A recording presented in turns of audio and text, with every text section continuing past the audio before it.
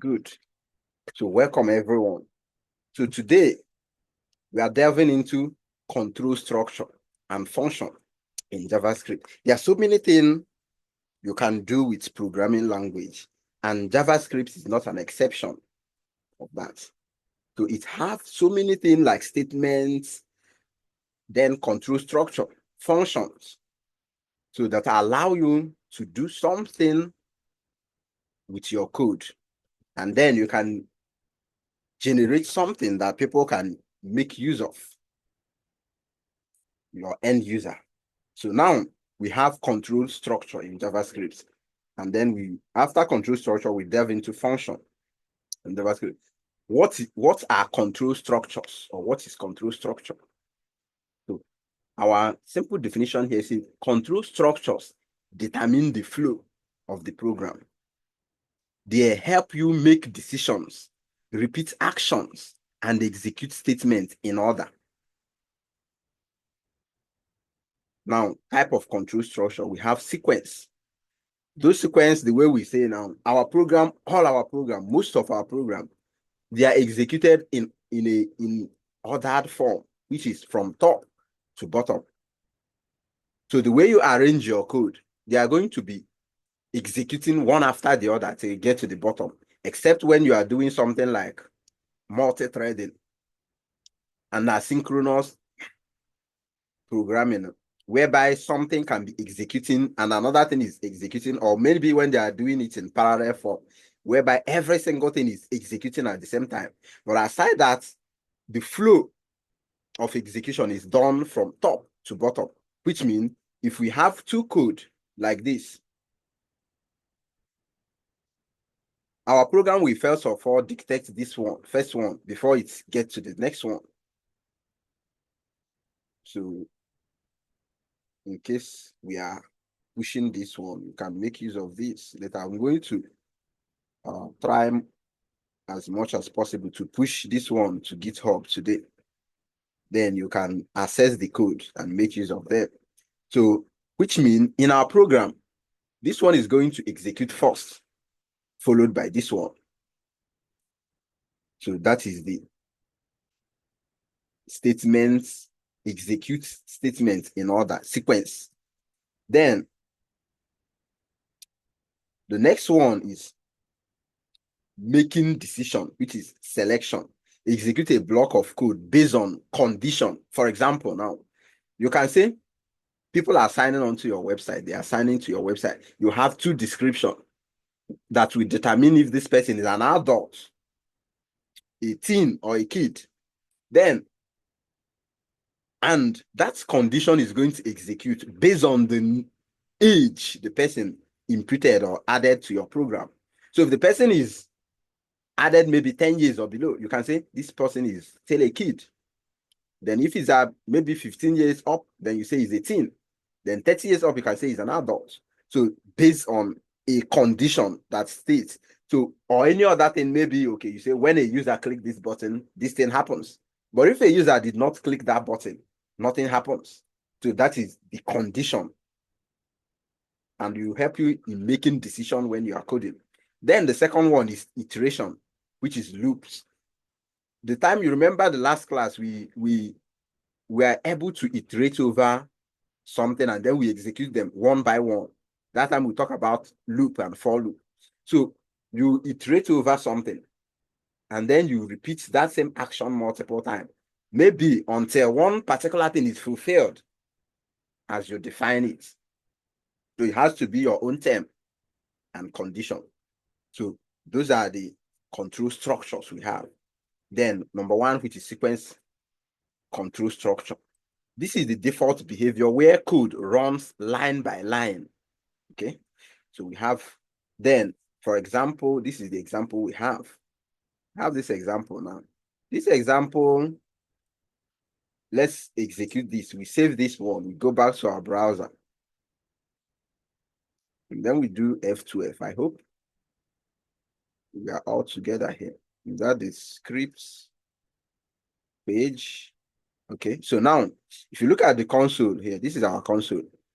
This is the code we executed, which said step 1, wake up. Step 2, brush your teeth. Step 3, eat. And then we miss one step, which is the most important step. And you're going to be, let's say it's step 4.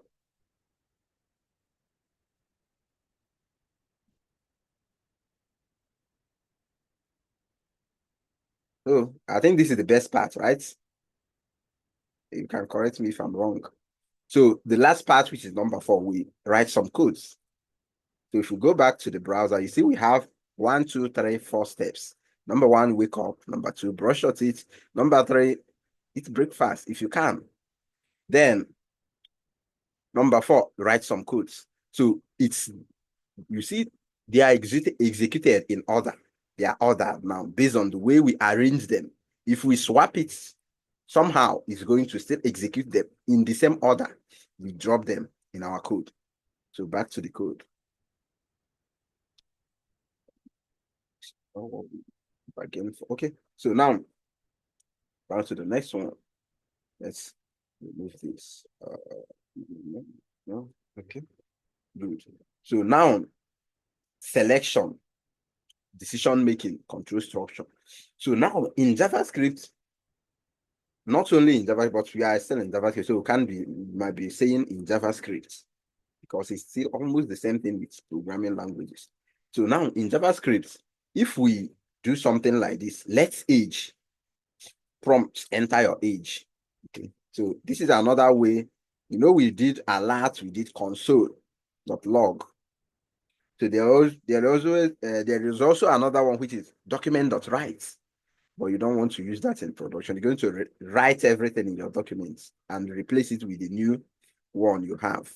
Your document.write, we flush what you already have in your document. Then it's going to add new thing to the document, which is not what you want. So now we say let's age is equals to, let's first of all talk about the if and else statements before we do this one. Because the if and else statement is that is the most case one of the best parts of decision making control structure. So this if statement in JavaScript allow you to test a particular condition and say, okay, if this condition is true, or if this thing is this, something like this should happen. So if is one way. So if we say if, let's say, let's use this age because we are still going to go back to the age. So if we say let's age is equals to, then let's have something like 10. We say let's age. If, then we can say if age is less than. So, oh gosh, we are supposed to talk about this. Let's do a little briefing on this one, which is comparison operators. So these comparison operators and allow you to compare something in JavaScript. So what you do is now you have addition as well. We have addition in JavaScript. We have multiplication. Let's first of all talk about this one. So all of this addition sign. So we have, this is hyphen is minus in JavaScript. Then plus sign is addition. Slash is multiplication. Then modulus is remainder. I think let's utilize it. Then this thing is less than. This is greater than. The way you see it in mathematics, right? So this is, then this is equal to sign in JavaScript. So all of these, you can use it to add up something or test something in JavaScript. If you have two numbers now, and then you say this one minus this is going to give you results, adding them, summing them, or like it will subtract from the one in front. So you can say 20 minus 10 is going to give you 10. Then if you say 20 plus 20 is going to give you 40. Then if you do division, it's going to give you the same thing. Then if you do modulus, it's going to divide and give you the remainder. Then if you do less than, it's going to test this one with this one and see if it's less than this or greater than this. Then greater than is going to test if this one is greater than the other one. Then equal to sign is going to give you the equal like we have here. It's going to give you the results you want. So that is what we have here. So now we can say we have age is equals to 10. If we say, we can say if age is less than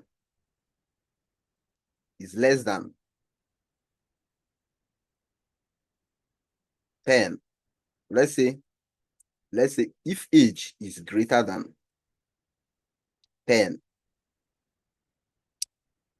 if age is greater than 10, then console.log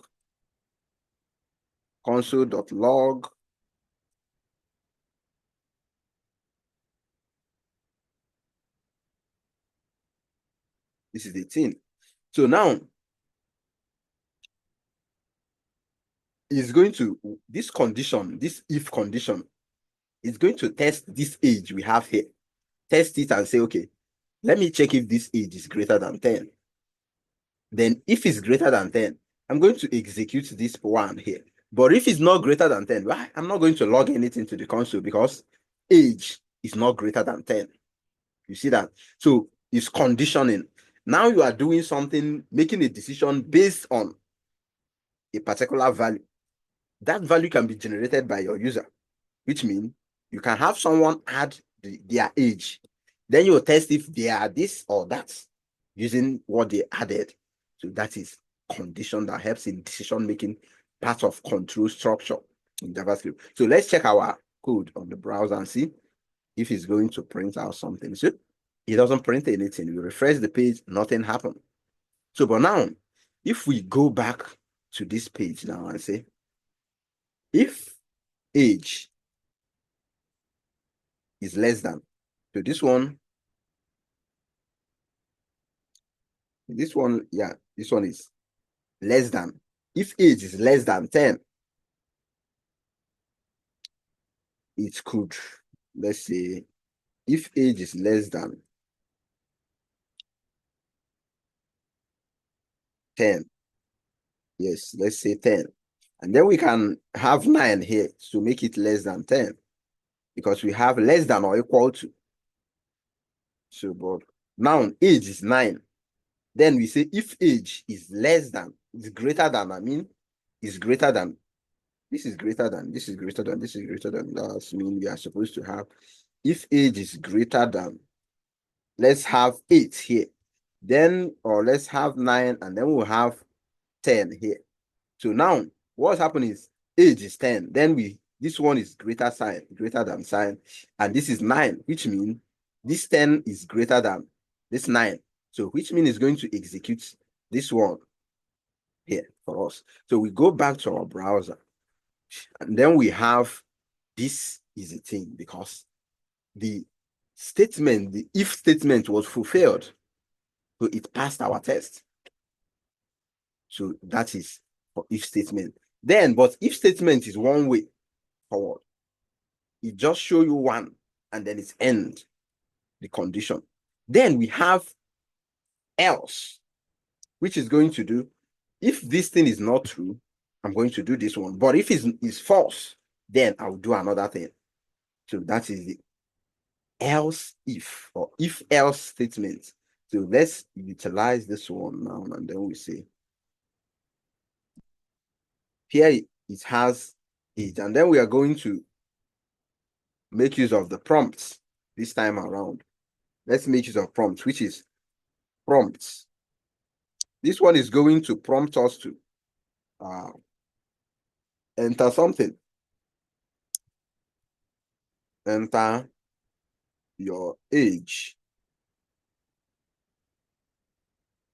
So now we have, let's make age this. Let's say age copy, and then we say age is equals to prompt. Enter your age. Then below here we have the if else statement. So the first one says if age is greater than or equal to 18, this you are an adult. So you're going to say you are an adult. It's going to log you are an adult. Else, console.log, you are a minor. Okay, let's say you are a baby. Maybe let's say you are 18. Maybe. Okay, so now we have two conditions to test. But if the condition we are testing is not fulfilled, maybe it's returned to maybe the opposite side, then we have option to tell the person another thing. Or we can say, let's say, you are not allowed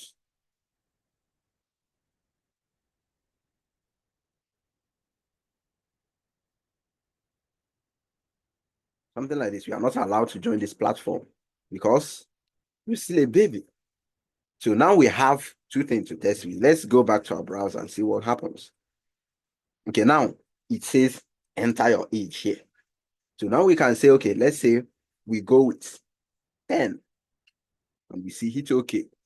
And they say you are not allowed to join this platform because you're a baby. So now we can refresh our page and then we say 20, which is a little bit greater than what we specify in our if statement. And then we hit enter. We say you are an adult. You could have added welcome, but let's go with this. So this is how you test the if and else statement. But it doesn't end there. We have else if.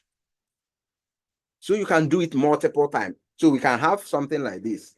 Now, have another one now, which is going to say, if age is greater than or equals to 18, you are an adult. Welcome.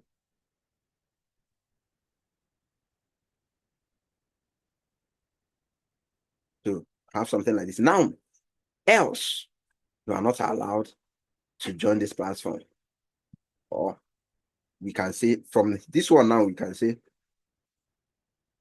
first we say else if.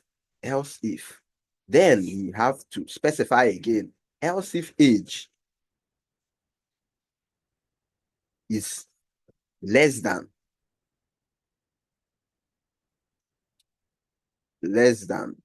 or equal to, let's say, 18 again. If age is less than equal to 17, because you have already captured 18 here, then we can say you are not allowed to join this platform. Else,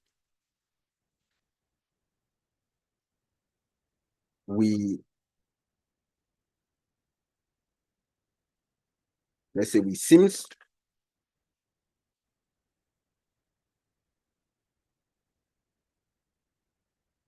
understand your input, or you must, let's say, sorry, we are unable to get your age. Okay, so now we have three. So we have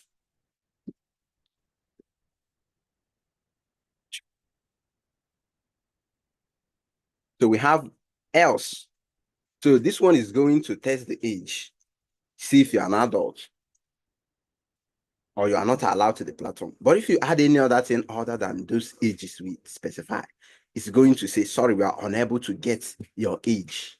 Try again, maybe. So now we have these three of them. Let's go back to, and then you say enter your age. So we could say something like 10, and then we hit enter. You say you are not allowed to join this platform.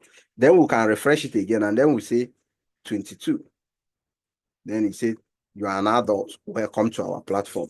Then we refresh it again, and then we say, and then we hit OK. Sorry, we are unable to get your age. You see that? So those way you test multiple things and see what is true or false. And then you execute something based on what is fulfilled by those statements and those conditions you are testing.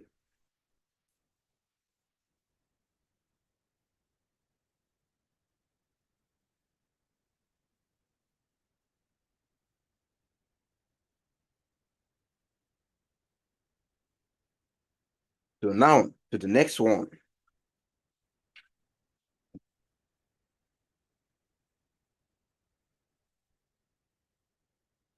Then we have switch statements. So switch statements, unlike if, else, and the rest of them, the switch statements switch from one condition to another condition and execute a block of code and another block of code based on the fulfilled case. So it can switch from one case to another, and the block of code that is preceding that particular case will be executed depending on how you fulfilled, how the program fulfills those conditions. So if it makes those conditions now, a block of code is going to execute. This is how switch statement works. So now, this is a basic switch statement that's check the day.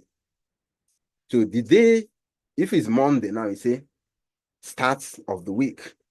Then if it's Friday, say weekend is near. Then the default is just a day.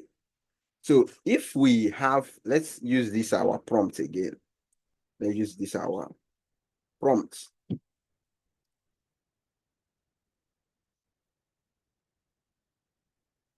It is going to tell us.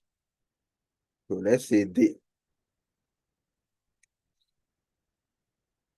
Enter day. Enter a day. Enter a weekday. So now we have let day is equal to prompt, enter a weekday. Then it's going to execute any block of code depending on the day we enter. If you add Monday here, it's going to say start of the week. So if you enter Friday, it's going to say weekend is near. Or if you enter any other day, it's going to tell us just a day. So let's go back to the browser now, and then we follow the prompts. So we can say Monday. And then we hit OK. So we say start of the week. So if we refresh this, and then we enter Friday, and then we hit enter again, and you say weekend is near. And then we refresh this. We just have anything, we just write down anything we want. And then we say just a day. So we could even test other days as well. Then the default could be, please enter a valid weekday. So that's one is switch statements. It allows you, it's more flexible when you already know what you are testing towards, something like that, more than if and else statements.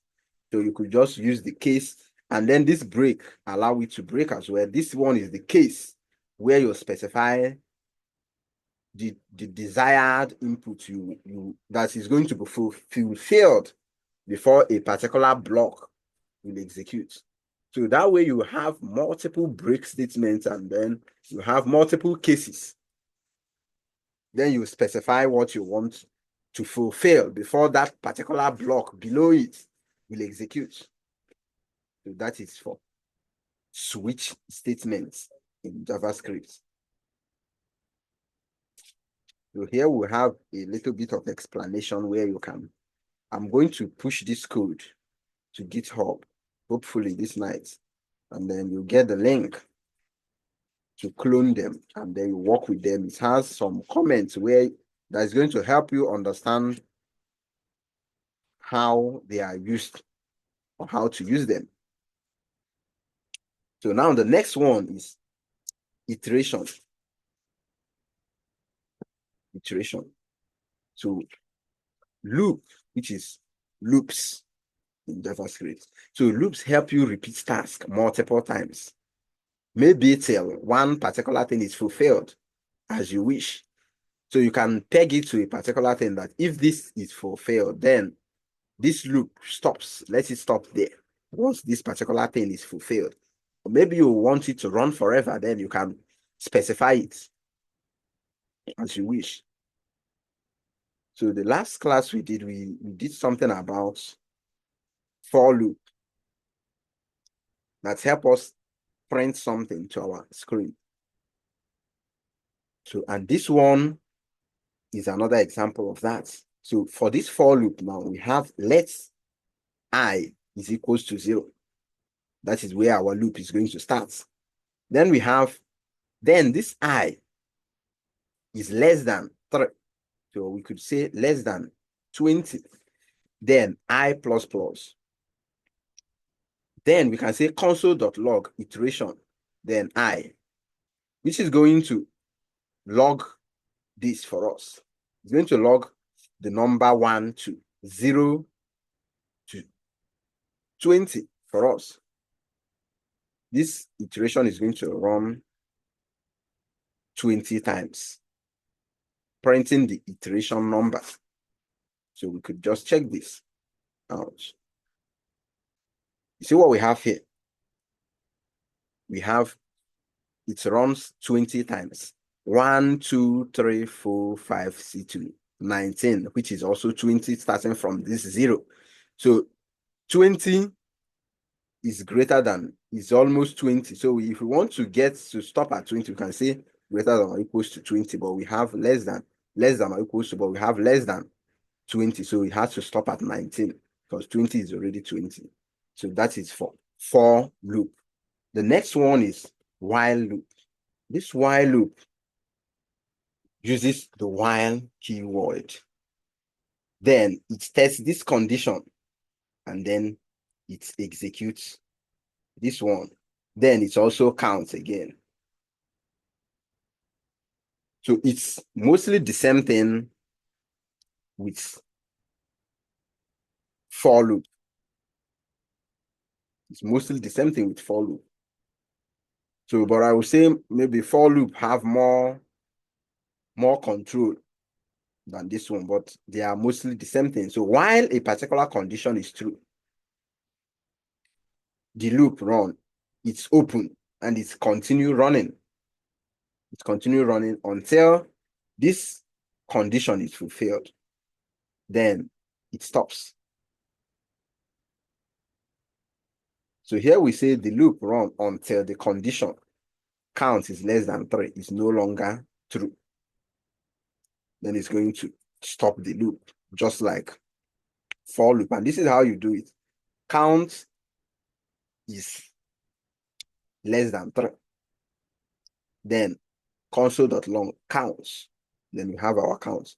So which is going to be running the loop for us. The while loop is going to run. Then it's print out the number. If it's returned back again, it also increments just like the for loop until it's returned back and see that, wow, okay, we have fulfilled this. Now count is no longer less than 3. Then it stops the loop. It stops the loop. So that is while loop in JavaScript. So let's move this again. Then likewise this one. Let's remove this as well. So we move to the next one. The next one is do while. Do while. So the do while also executes a code. The do while also loop through a particular thing and executes one code. Then it starts testing. You see, it starts testing those things to see if this is true.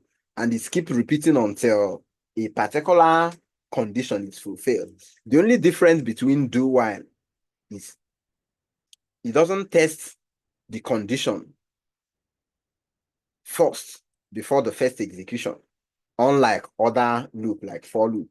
What it does is it executes once, then it tests. Before it move again, it executes its test. Unlike other one that will always test before they execute. Do while execute one before you start testing for what is true or false, whatever. Then it keeps looping until a particular thing is fulfilled. So that is do while. And this is how you do it. You first of all start with the do keyword. Then you open curly braces, and then you do what you want to do. Then you increment.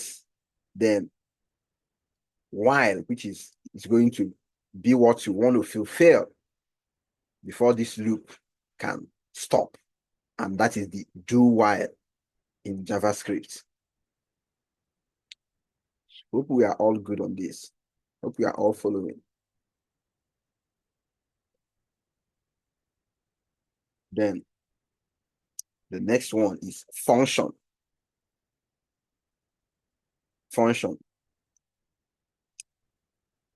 Okay, so now function is one of the most important parts in any programming language.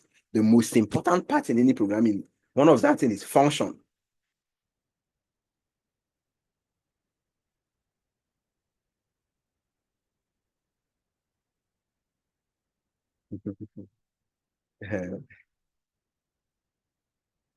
So now, function, like I said, is one of the things you will be using so often while programming or while writing your code. It could be JavaScript, it could be Python, any programming language, but you use function more often than you use any other thing in your code, aside the minimal ones. But function, for example, now, the simple definition of function, you see here,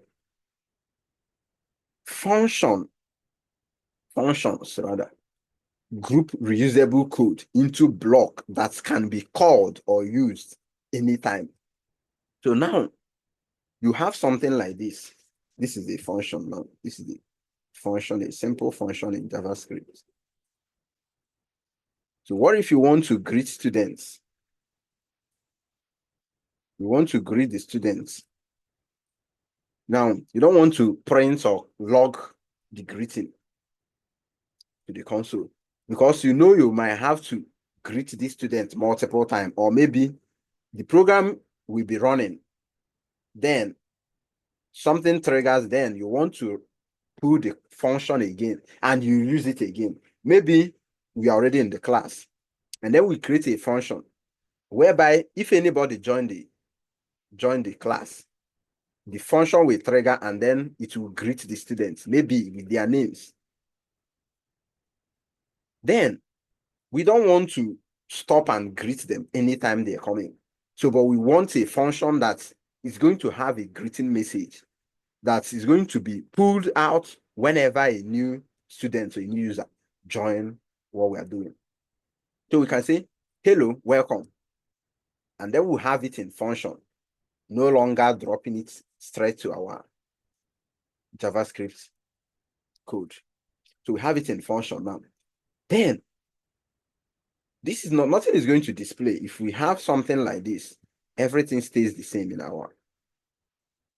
work. Everything stays the same. So if we come back here and then we'll visit this place, you look at this place, we have hello, welcome, but nothing is showing anywhere in our screen. Nothing is showing, but we have a function. So what is happening here is this. This function, we have not called the function. If you define a function, you have to call the function. So first of all, this is the definition. First, you define the function. Second, it takes inputs or parameters. Then, third, it processes something. Then it returns an output if you have a return statement in your function. So now, this is the way you define function in JavaScript with the function keyword. Then the name of the function, which is going to be any name you want to give it. So, but don't use hyphen or special characters. Then inside here is where you are meant to add parameters of the function that would help you pull something and add it to the function while returning a value. So then inside the function, which is within this curly brackets or the curly braces, is where you add the statements or the thing you want that function to execute or perform when it's called, when the function is called. It's called the function call. So, but now, why do we are supposed to see something, right? We are supposed to see console.log, hello and welcome, because this is part of our code. But then we did not see any code. Why? Because this console.log is within a function, and you can't see anything within that function except you call that function. So you must call a function before you see what is in the function. Mr. Michael, don't unmute your microphone while we're in the class. So you can't see anything within that function except you call the function.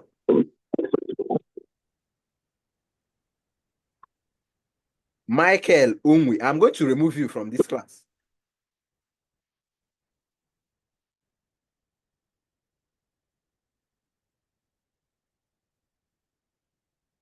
So the only time you see something that is within the function is once you call the function. But if you don't call the function, everything stays the same. So we have to call our function before we can see this hello, welcome. So we have to come here. How do you call this function? You call them by their name, which is the name you define here. So adding maybe semicolon or even remove the semicolon, nothing will happen. So we have now called our function.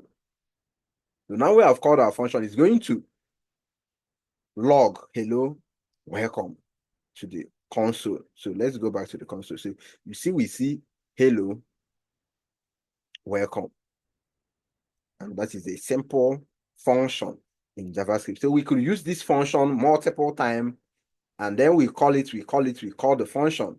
And this code is going to execute as many times as we have called the function. If you look at this place, you see hello, welcome, hello, welcome, hello, welcome. So we did not do any extra work again.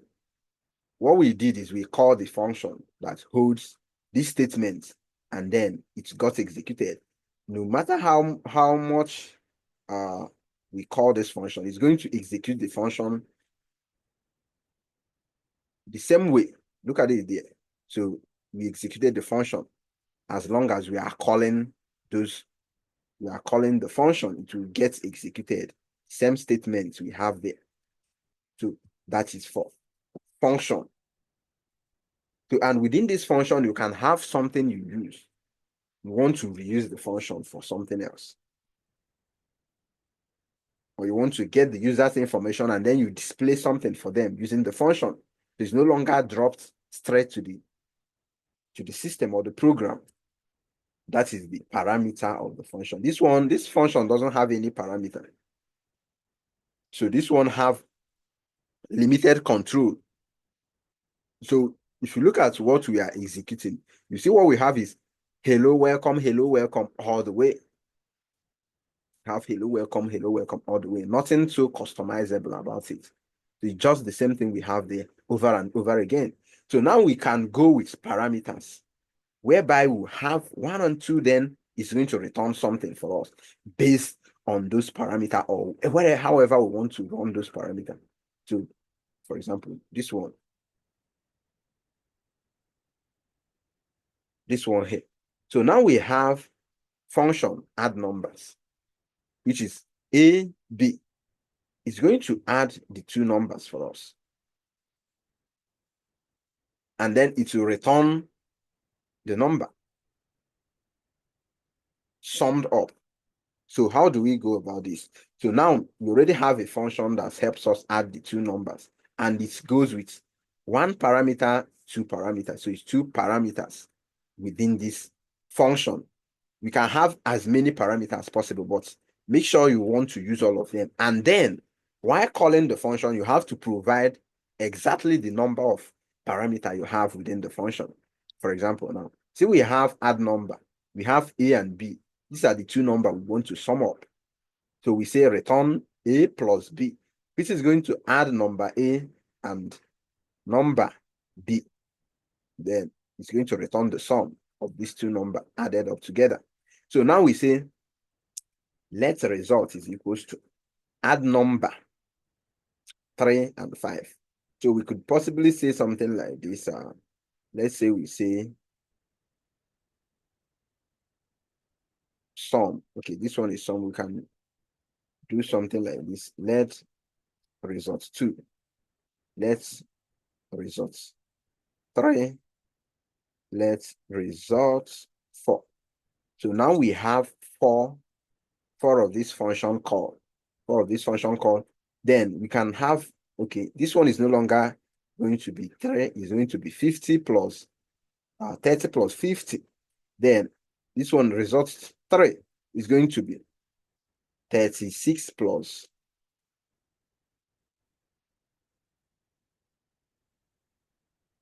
64. So then this one is going to be 3,300 plus 700. So now you see we call this function 4 times. Then this 4 times we call this function, we give it new value for the parentheses or the parameters here.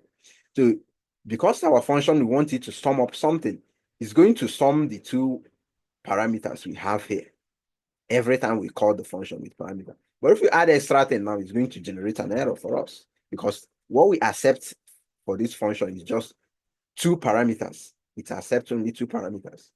And then it's going to sum them up and return it as the return value of the function. So here we have console.log results. Then we could have another one, which is console.log results 2. Then we have another one, console.log results 3. And then we have the last one, which is console.log results 4. So which is going to sum up this number, not like we did here, which is hello, welcome, hello, welcome. Now it's going to do it dynamically in the sense that we add something and then it's bring up another thing, just add 2 of them up for us. Here we could even request for someone's name. And then when they provide a name, we say welcome, then their name in the function based on the parameters we have in the function. So now we could run this one and then we go back to the browser. And then you see we have the sum of all the numbers. This sum number 1, sum 8. This one is 80. The next one is 100. And then the last one is 1000, which is based on the parameters we specified while calling our function in JavaScript. So that is for function call in JavaScript. And then this way you can have something that produces a desired result as a function based on anything people use. And then you not only have that, but you have the access to reuse that thing over and over again within your program. So that is the work of function. You have function while building something. You can have your own function. You have one function that help you check what a user is doing in your browser, in your website.